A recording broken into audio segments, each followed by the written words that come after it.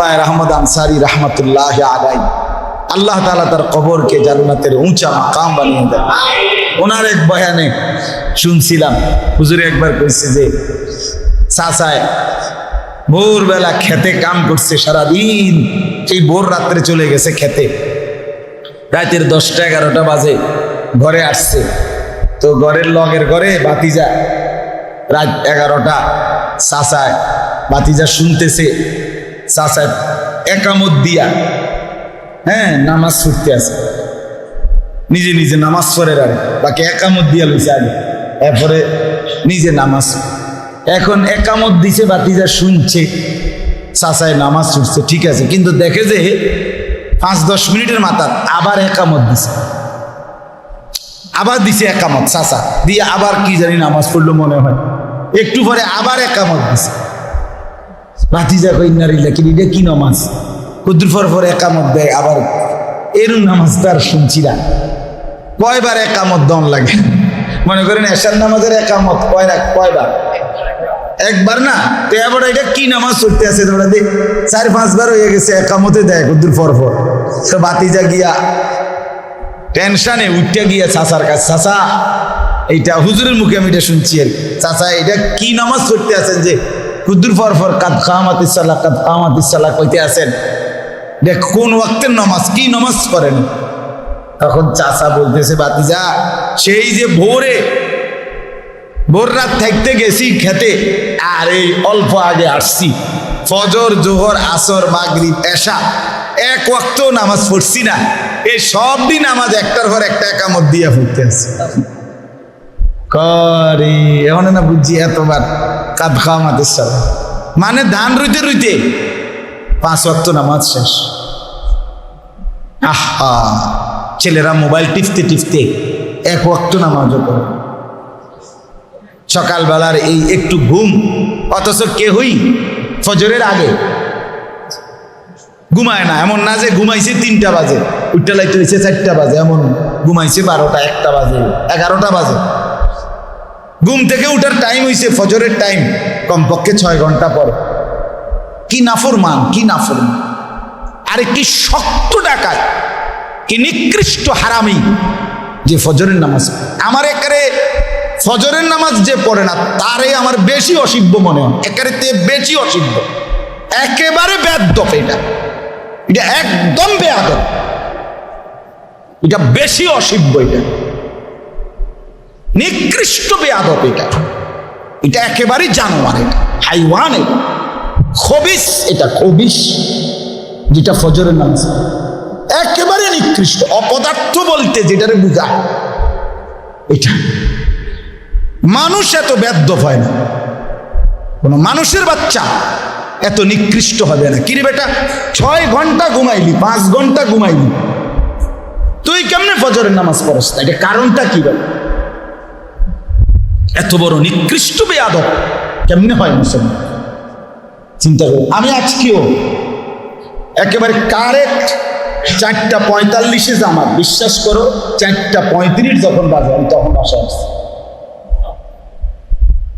সারাটা রাত গাড়ি, রাজবাড়ি। গতকালকে আমি মাহফিলে গেছি, মকবুল ভাই, ঢাকা পদ্মা পার হইয়া, পদ্মা সেতু পার, ফরিদপুর, তারপরে পদ্মা সেতু পার হয়ে, এই পদ্মা সেতুর আগেও ভাঙ্গা ফরিদপুর একটা জায়গা আছে, ওইখানেও জ্যামে পড়ছি, ঢাকাটা পুরোটা জ্যাম।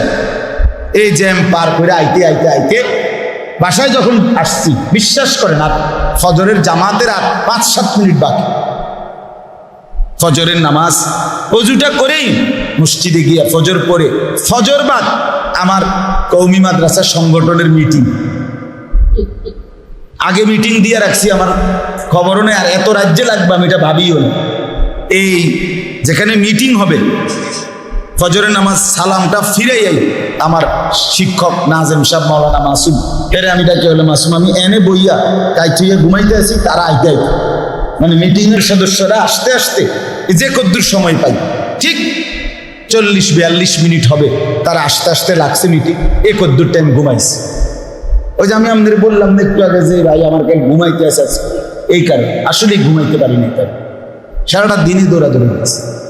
যাই হোক, আমার বলার উদ্দেশ্য হলো এটা কি মানুষ, এটা কি জানোয়ার, এটা কি হাইওয়ান? 5 ঘন্টা ঘুমাইয়া সেটা কি মানুষ? হায় হায়, এটা পদার্থ না অপদার্থ, না এটা ক্লিবলিঙ্গ না উভয়লিঙ্গ, আমি বুঝিনি। এটা কিটা?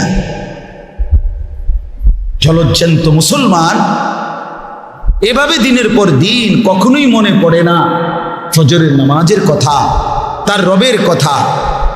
অথচ প্রতিদিন সেই রবের নিয়ামত হিসাবে আল্লাহ যদি চোখ খুলে না দেয়, কসম আল্লাহ, কারো পক্ষে ঘুম থেকে জাগার কোনো ক্ষমতা না।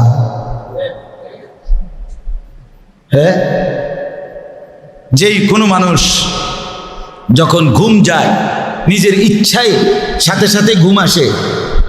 কথা বলেন না কেন? ছেলেরা বলো না ভাইয়া, আমরা যে ঘুমাই, এ ঘুমাইলেই যেন আমি এখন ঘুমাইতে চাচ্ছি মনে করেন, এ কথা বলবে লগলগ কি ঘুমাইছে পড়ে। তো কারো আধা ঘন্টা, কারো 20 মিনিট, কারো 10 মিনিট, কারো 5 মিনিট, কারো 1 ঘন্টা, কারো সারা রাইতো কি আসে না, ঘুম আসে না। এ পাশো পাশ করে, এ পাশো পাশ করে। তো আল্লাহর যখন ইচ্ছা হয়, আল্লাহ কোনো 1 মিনিটে, কোনো 1 ফাঁকে কখন যেন আল্লাহ আমার চোখে ঘুম দিয়া দেন। ঠিক কি না বলেন? তাহলে বোঝা গেল ঘুম আমার ইচ্ছা মতো আসে না, তাহলে বোঝা গেল ঘুম থেকে জাগা আমার ইচ্ছা মতো হয় না। ওই আয়াত বলেন না হাফেজ সাহেব, আল্লাহু ইয়াতাওয়াফাল আনফুসা হিনা মাউতিহা, এটা এই আয়াতটা পুরা। মানুষ যখন ঘুমায় আল্লাহ বলছে 2 হালাত হয়, আমি বান্দার রুহু তুলে নেই, তুলে নিয়ে কাউকে আর রুহু ফেরত দেই না।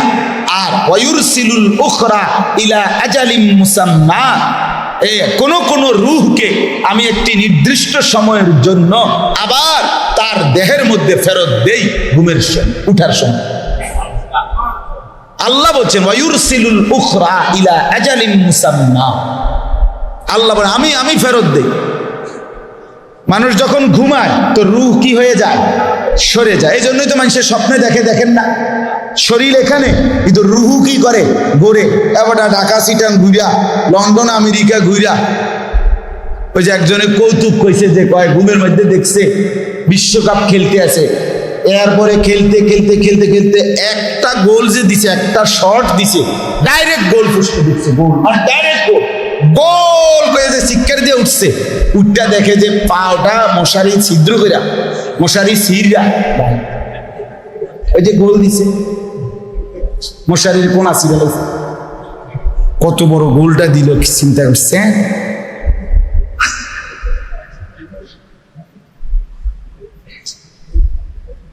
তাইলে বুঝা গেল রুহুত ছড়ায় নেয় আল্লাহ তাআলা বলছেন। এরপর আল্লাহ বলেন আমি আবার নির্দিষ্ট একটি সময়ের জন্য আবার আমার বান্দার রুহুটা ফেরত দেব, ফলে সে জেগে। হাদিসের মধ্যে আছে নবী সাল্লাল্লাহু আলাইহি সাল্লাম ঘুমাইবার সময় যে কয়েকটি দোয়া পড়তেন, একটা তো আমরা সবাই ছোট্ট দোয়াটা পারি, বিসমিকা আল্লাহুম্মা, অথবা আল্লাহুম্মা বিসমিকা আমুতু ওয়া আহইয়া, এটা আমার শুধু নাই ওটা 2.5 বছর মেয়ে। কিন্তু আরেকটা দোয়া আছে রাসূলুল্লাহ সাল্লাল্লাহু আলাইহি সাল্লাম নিয়মিত পড়তেন, একেবারে সহিহ বিশুদ্ধ হাদিস, বিসমিকা রব্বি ওয়াদাতু জামবি ওয়া বিকা আরফাউহু ইন আমসাকতাহা ফাগফির লাহা ওয়া ইন আরসালতাহা ফারহামহা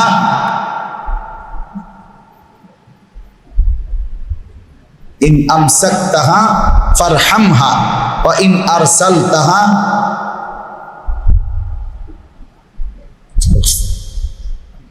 ফাহফাজহা বিমা তাহফাজু বিহি ইবাদাকাস সালিহিন আল্লাহুম্মা কিনি আযাবাকা ইয়াওমা তাবআসু ইবাদাক। এই দোয়া। তো এখানে একটা কথার অর্থটা হলো এই, নবীজি সাল্লাল্লাহু আলাইহি সাল্লাম বলতেন, আল্লাহ আপনার নামে কাত হইতেছি, আপনার নামে কি হইতেছি? কাত হইতেছি। বিসমিকা রব্বি, হ্যাঁ, ওয়াদাতু জামবি, আমি আমার 500টা আপনার নামে রাখলাম। কোথায়? বিছনায়। অবিকা আরফাউহু, আপনার নামেই আবার জেগে উঠব। অর্থাৎ যদি আপনি জাগান তো আপনার নামেই আমি আবার কি উঠবো। তবে এই নবী তখন বলতেন, আল্লাহ যদি আপনি আমাকে আর ফেরত না দেন রুহু, তো মাফ করে দিয়েন। আর যদি ফেরত দেন, আপনার নেককার বান্দাদের সঙ্গী বানান। ইন আমসাকতাহা, যদি আমার রুহুটা ধরে রাখেন আর না দেন, তো ফাগফির লাহা, এটা কি করে দিয়েন, আমারে মাফ করে দিয়েন। আর ওয়া ইন আরসালতাহা, যদি ছেড়ে দেন, ফাহফাজহা বিমা তাহফাজু বিহি ইবাদাকাস সালিহিন, আপনার নেক বান্দাদের সাথে আমার রুহুটাকেও হেফাজত করবেন। তাহলে কি বুঝাইছে নবীর দ্বারা? প্রত্যেক মানুষ ঘুমের মাধ্যমে তার রুহু কি হয়ে যায়, আলাদা করে ফেলে। আল্লাহ আল্লাহ ইচ্ছে করলে আবার ফেরত দেয়, ইচ্ছে না করলে কি করে, রেখে দেয়। যুবক ভাই বলেন, আপনারা বলেন, বাপ বলেন, এই চোখ যদি আর না মেলে, এই ঘুম যদি আর না ভাঙ্গে,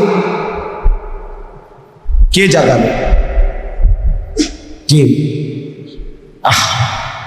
দিনের পর দিন, মাসের পর মাস, সপ্তাহের পর সপ্তাহ, কোনদিন ফজরের নামাজ আজকে নিয়ত করে। একটা ভালো, গরমের মধ্যে বেশিক্ষণ দেরি করার দরকার নেই। আরো অনেক বিষয় বলা যাবে, বলার ইচ্ছাও ছিল, বলবো একটু তর্জমা। বাকি একটা দিল থেকে এখানে যারা চোখের সামনে বসছেন, ছেলেরা তোমরাও ভাই, বিষয়টা বুঝা অনুভব কইরা ফজরের নামাজের একটা সিদ্ধান্ত নিই। বলেন ইনশাআল্লাহ। না না না, আলাদা আলাদা বলুন, দিল থেকে বলুন, দিল। মন থেকে বলছেন কিনা বলেন। ছেলেরা দিল থেকে বলেন, ছেলেরা ভাইয়া দিল থেকে বল। দেখো, হিম্মত করো, তুমি মুসলমানের বাচ্চা কিনা। আমরা এখানে যারা বসা, আমরা মুসলমান, আমাদের বাপ মা মুসলমান কিনা, আমাদের ধর্ম পরিচয় যে ইসলাম, এতে আমাদের অসন্তুষ্টি আছে কিনা, তাইলে আমরা নামাজ কেন পড়বো না? বলেন না। একটা হইলো যে আমার পরিচয় নিয়ে আমি অসন্তুষ্ট, আমি হুজুর যোগাযোগ করতেছি, চেষ্টা করতেছি ধর্মের পরিচয়টা মুছে দিতে, অথবা এফিডেভিট করতে, ইতিমধ্যে অ্যাডভোকেটের লোকে যোগাযোগও করছি যে আমার এই হিন্দু ধর্ম বানান যায়নি বা বুদ্ধ ধর্ম বানান যায়নি। তাইলে তো একটা কথা ছিল, এরকম আসেনি কেউ, এরম তো, তাইলে আমি কেন নামাজ পড়ব? কেন? আপনারা যারা এখানে আছেন, ছেলের বাবা, মেয়ের বাবা, অথবা স্ত্রীর স্বামী, এই তিন শ্রেণী তো আছেন। কেউ হয়তো ছেলের বাপ, মেয়ের বাপ আর স্ত্রীর স্বামী। আপনারা হাত উঠান, আমি সহ, জাগো জাগো, জিফুত আছে, বউ আছে, হাত উঠান। আপনারা হাত উঠে কোন যে আপনারা আপনাদের স্ত্রী, ছেলে, মেয়েকে ফজরের নামাজে উঠাবার চেষ্টা করবেন। না না, ইনশাআল্লাহ করে তুমি যেটা কইছি এটা কই তুমি। আমরা স্ত্রী, ছেলে, মেয়েকে ফজরের নামাজের জন্য উঠাবার চেষ্টা করব। কোন? আল্লাহ তৌফিক। এটা একবারে হাসির বিষয় না, ঠিক না? চেষ্টা করে দেখেন। ইযা আইকাযার রাজুলু আহলাহু ওয়া সাল্লা বিহিম জামিআন কুতিবা ফিদ যাকিরিনা আল্লাহ কাসীরান ওয়াদ যাকিরাত। সুবহানাল্লাহ। নবীজি বলেন, যে পুরুষ তার স্ত্রী সন্তানকে ফজরের নামাজের জন্য জাগিয়ে দেয়, আইকাযা, জাগিয়ে দেয়, ওয়া সাল্লা বিহিম জামিআন, সকলকে নিয়ে নামাজ পড়ে। মহিলারা ঘরে, পুরুষ জামাতে। আলহামদুলিল্লাহ, আমার ঘরে, বাসায় আমার স্ত্রী, আমার মেয়ে আর আমার ছোট ছেলে থাকে, আর বড় ছেলেটা মাদ্রাসায় থাকে। তো আমি আমার ছোট ছেলেকে নিয়ে মসজিদে যাই, বিবি মেয়েকে নিয়ে নামাজ পড়ে, তাই তো। তো সকলকে নিয়ে ফজরের নামাজ পড়ে। আল্লাহ রাসূল সাল্লাল্লাহু আলাইহি ওয়াসাল্লাম বলেন, এই ফ্যামিলির সকলকে আল্লাহ তাআলা বেশি বেশি জিকিরকারী পুরুষ এবং নারীদের অন্তর্ভুক্ত করে দিবেন। আচ্ছা, যদি কারো নাম বেশি বেশি জিকিরকারী পুরুষ এবং নারীদের রেজিস্টার খাতায় ওঠে, তার পুরস্কার কি? ওয়াদ্দাকিরিনাল্লাহ কাসীরান ওয়াদ্দাকিরাত আ'আদ্দাল্লাহু লাহুম মাগফিরাতান ওয়া আজরান আযীমা। আর কি লাগবে? রব্বুল আলামিন বলেন, বেশি বেশি আল্লাহ তাআলার জিকিরকারী পুরুষ এবং নারী আমি আল্লাহ ফয়সালা দিলাম, আমি আল্লাহ তাদের জন্য আমার মাগফিরাত দিয়েই দিলাম। ওয়া আজরান আযীমা, আর সর্বোত্তম বিনিময়ে জান্নাত লিখে দিলাম। আর কি লাগবে? আর কি লাগবে বলেন? আর কি হওয়া উচিত ছিল? আপনার বউ বাচ্চা আপনাকে আল্লাহ মাফ করে দিবে, আর আপনি আমি ফ্যামিলির সদস্যদেরকে জান্নাতে দিয়ে দেবে। কি মজাটা হবে! আল্লাহ কোরআনে বলেন, হাসরের ময়দানে আল্লাহ যেই স্বামী স্ত্রী নেককার ছিল, আল্লাহ তাআলা সরাসরি ডাক দিয়ে বলবেন, উদখুলুল জান্নাতা আনতুম ওয়া আজওয়াজুকুম তুহবারুন। সুবহানাল্লাহ। আল্লাহ বলবেন, বান্দা তুমি তোমার স্ত্রীকে সাথে নিয়ে হাসতে হাসতে জান্নাতে ঢোকো। গলাগলি করে, হাত ধরাধরি করে, জামাই বউ ঢোকো। আনতুম ওয়া আজওয়াজুকুম, স্বামী স্ত্রী দুজনে জান্নাতে ঢোকো। কি মজাটা হবে! হ্যাঁ, জান্নাতে গিয়েছে, তার বিবিকে হারাবে, সে জান্নাতের 70,000 হুর পাক না, কিন্তু সেই বিবির কথা কি মনে পড়বে না? মনটা কি তখন কষ্টে ভরে যাবে না? হায় আমার দুনিয়ার হায়াতের সেই সঙ্গিনী, সে আজ জাহান্নামে। যে স্ত্রী জাহান্নামে যাবে, জান্নাতে যাবে, স্বামীটা জাহান্নামী হবে, সে কি মনে পড়বে না স্বামীর কথা? হাদিসে তো স্পষ্ট আছে, জান্নাতের মধ্যে জান্নাতের হুর আর দুনিয়ার নারী যারা জান্নাতি, তার মধ্যে মধুর বিতর্ক হবে, শেরে শেরে, কবিতায় কবিতা। এটা হাদিস আছে। ওরা মানে তর্ক করবে কে উত্তম, জান্নাতের হুরেরা উত্তম নাকি দুনিয়ার নারী যে জান্নাতি হয়েছে সে উত্তম। শেষ পর্যন্ত প্রমাণিত হবে দুনিয়ার যেই নারী জান্নাতি হয়েছে সে কোটি কোটি হুরের চাইতে লক্ষ কোটি গুণ বেশি উত্তম। হ্যাঁ, তোমারে তো আল্লাহ তাআলা গুনাহ নাফরমানি আর পরিবেশের মধ্যে দেয়ই নাই। আমারে তো আল্লাহ তাআলা এমন এক পরিবেশে দিছিল যেই পরিবেশের সব নারী ছিল বেপর্দা, সবাই বাজারে বাজারে ঘুরতো। আমি সেই সময়ে কষ্ট করে নিজের ইজ্জত আব্রু পর্দা হেফাজত করছি। এই বছর রমজানে আমি প্রথম 12 দিন, রমজানের প্রথম 12 দিন ছিলাম উমরায় আল্লাহর ঘরে, শেষ 10 দিন ছিলাম মসজিদের ইতিকাফে। আমি আমার বিবিরে কতদিন বলছি যে তুমি একবারের জন্য, আমার খেয়াল ছুটে গেছে ঠিক আছে, বাচ্চাদের জন্য হোক, তোমার জন্য হোক, মেয়ের জন্য, কোনো এক ফাঁকে অল্প একটু রাত্রে গিয়া তারাবির পরে যাও, ক্যান্টনমেন্ট দোকানপাট এখন মার্কেট খোলা থাকে, তুমি কোনো একটা কিছু কিনা নিয়ে আসো। আমি তো সময় পাইলাম না, এদিক দিয়ে গেল গা উমরা, ওই দিক দিয়ে গেল গা ইতিকাফ, তুমি যাও। সে বলছে আমি রমজানের আগেই তো শপথ করে রাখছি, নিয়ত করছি 1 সেকেন্ডের জন্য রমজান মাস বাইরে যাবে না। সে এমন বেটি যদি বিবি হাসরের ময়দানে জান্নাতের হুরকে বলবে না যে আমি এই কষ্টটা করে আইছি, তুমি আলাপ করো, তুমি কার লোক আইছো আলাপ করতে, কি আলাপ করো?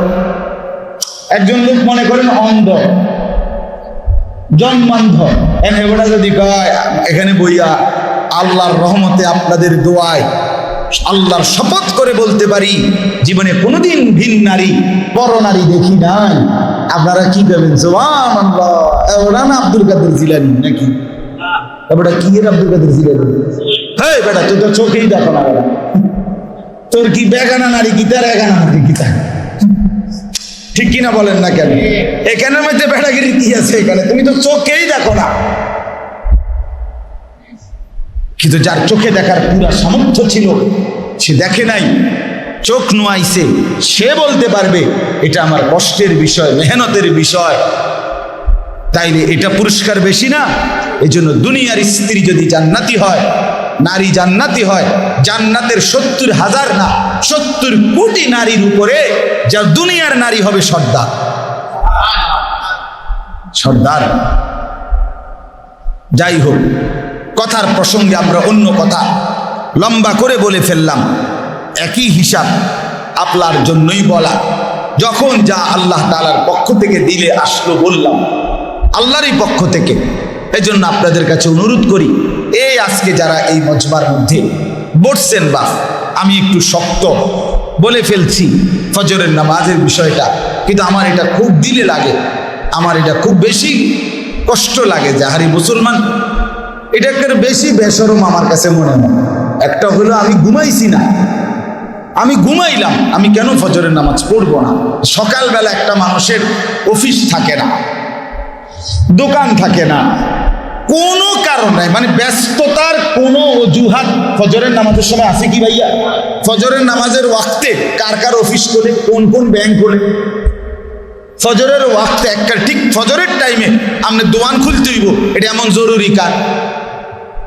তাহলে আপনি কোন গাছটা কাটেন ফজরের সময়? ঘুমটা ছাড়া।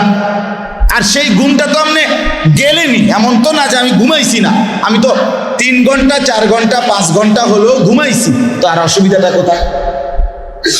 বলেন ইনশাআল্লাহ ফজরের নামাজ পড়বো ইনশাআল্লাহ। সবাই বলছেন নি দিল থেকে? ইউটিউবাররা কইছুনি, এই ইব্রাহিম বলছুনি কিটা কইছে? ফজরের নামাজ পড়বো ইনশাআল্লাহ। আল্লাহ তৌফিক দান করেন।